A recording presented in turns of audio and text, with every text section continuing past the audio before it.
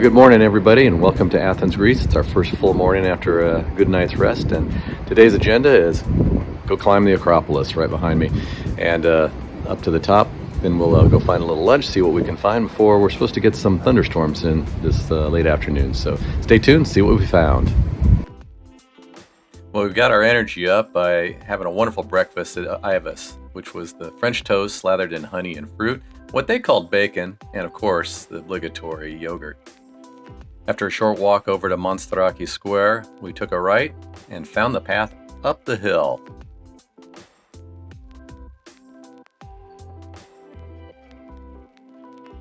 Moving up these steps, we felt like we were following in the footsteps of the ancient Athenians as we wound our way up towards the ancient ruins.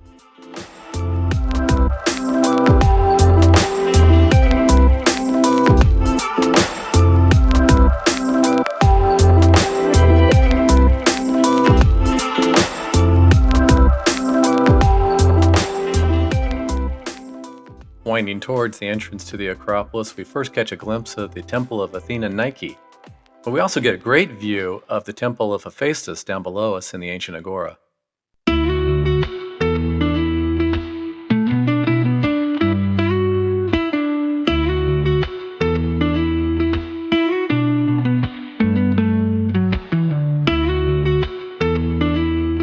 A courtesy note for travelers is there are restrooms just to the right of the entrance to the Acropolis.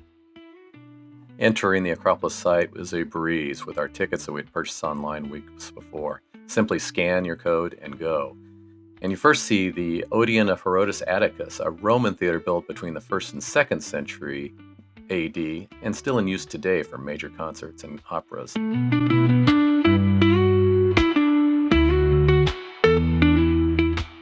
So the only real crowd we had to fight was heading up towards the Propylaea, or the formal entrance to the Acropolis.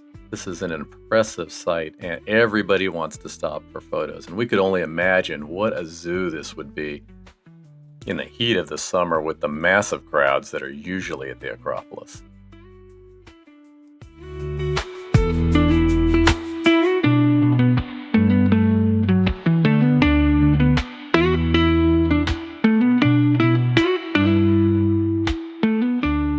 As visitors entered the Acropolis through the Propylaea, they would have been struck by the immensity of the Parthenon and greeted by the Colossus of Athena herself.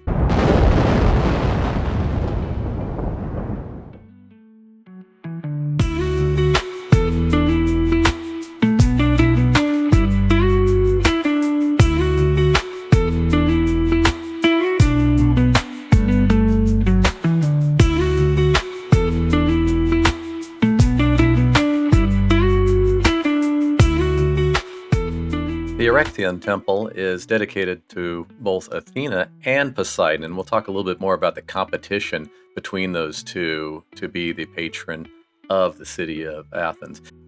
Building's probably most well known for the caryatids, or the muses, that stand out front holding the porch up.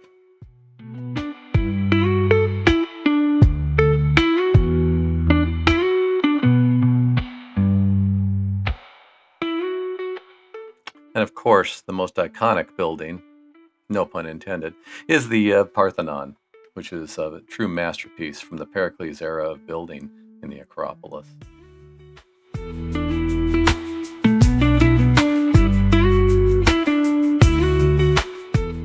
As you can see, the restoration efforts of the Parthenon are ongoing. And you can also see when you go around the site these brightly colored or white slabs or inserts that are mixed in with the weathered stone. Donna had asked one of the foremen just how they actually perform these repairs. And it turns out that if there's a broken piece or missing piece of marble, that a new piece of marble is crafted based on templates and replaced. So all restoration efforts, when they replace the old marble, is with new white marble, which will eventually weather. A little more on the caryatids at the Erechtheion. 5 of the 6 originals are down in the Acropolis Museum, and 1 remains in the British Museum. So these are replicas that you'll see on the site itself.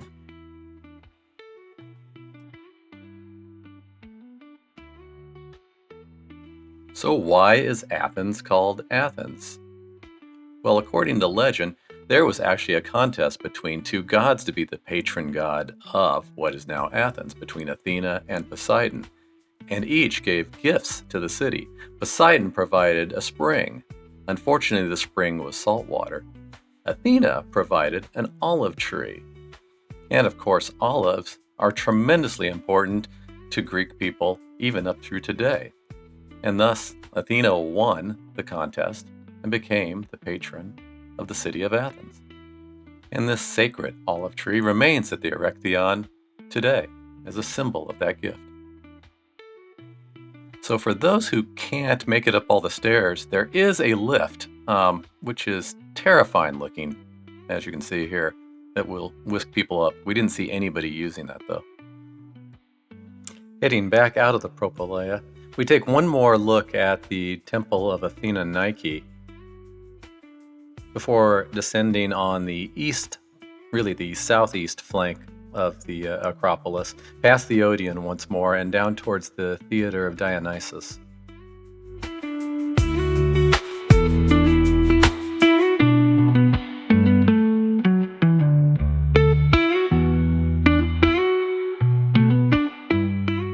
So the theater was serious business to the ancient Greeks, and the Theater of Dionysus is thought to be the oldest theater in the Greek world. Plays were put on by Sophocles, Aeschylus, and other greats, and for this English major being in the spot where those plays perhaps were first performed was awe-inspiring. At its peak, the theater was thought to have held 17,000 seats, and later, thrones were added in the first row for those wealthy bigwigs and donors. Not much has changed, has it?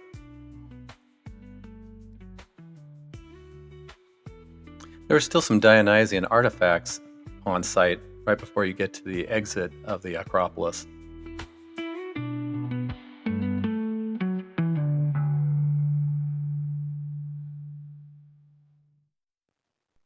Right across the street is the Acropolis Museum. Now, we didn't have time to go in, but the courtyard is absolutely worth a visit.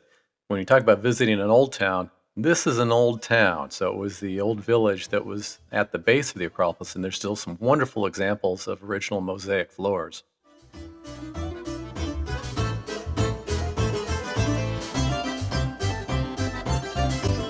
Our next quest was to wander through the Plaka and go find some lunch.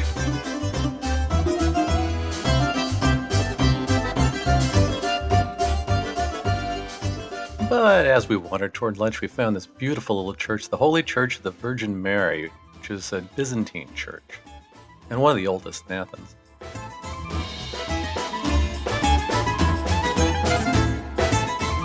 Yes. Now, what's on the menu? Well, you could have guessed it. Street food. So, skewers of roasted chicken and a chicken gyro. A couple of beers. We were happy here at Street Souvlaki. So now we're racing thunderstorms, but we did have a chance to stop by Bougatsadika Thessaloniki. This is an incredible building, if nothing else, but what's even better is the pastries inside. The bougatsa filled with a wonderful vanilla cream, and mine I even had drizzled in honey.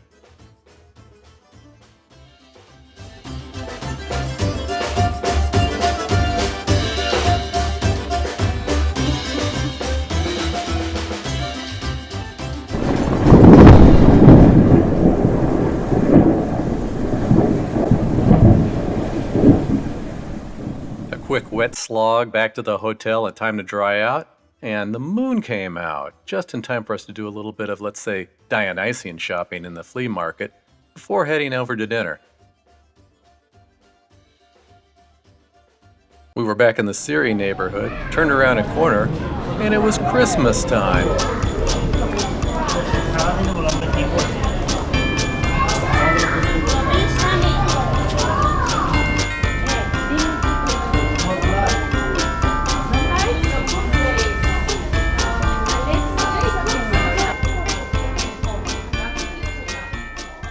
Little Cook had just set up its decorations for Christmas. In fact, we could even see some workers in the windows putting the last touches on decorations and Ferris wheels, all kinds of snow globes, before we turned another corner to find a wine bar all decked out and ready for Christmas as well.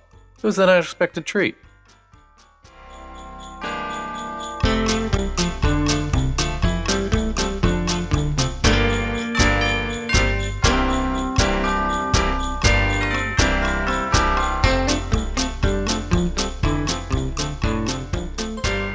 Dinner tonight is at Beer Time, which is right around the corner from the hotel and right next to the Bugatzeria we tried before the thunderstorms hit.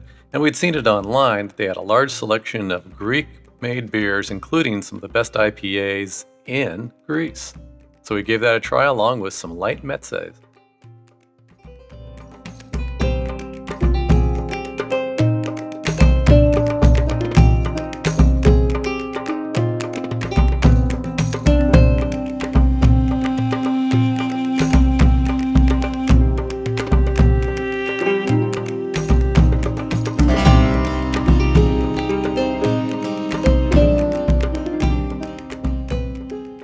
So after dinner, we just decided to wander the streets of the Psirri district. Psirri district is really kind of funky and cool, and we, by accident, discovered the alley where street artists have come to layer on their different artistic impressions and artwork over the years. The graffiti movement really took off during the economic crisis in Greece, and has grown, matured. In some cases, I think it's met with some resistance. But personally, I really like what it adds to the city as far as giving a glimpse into the self-expression of the citizens and the artists of the neighborhood.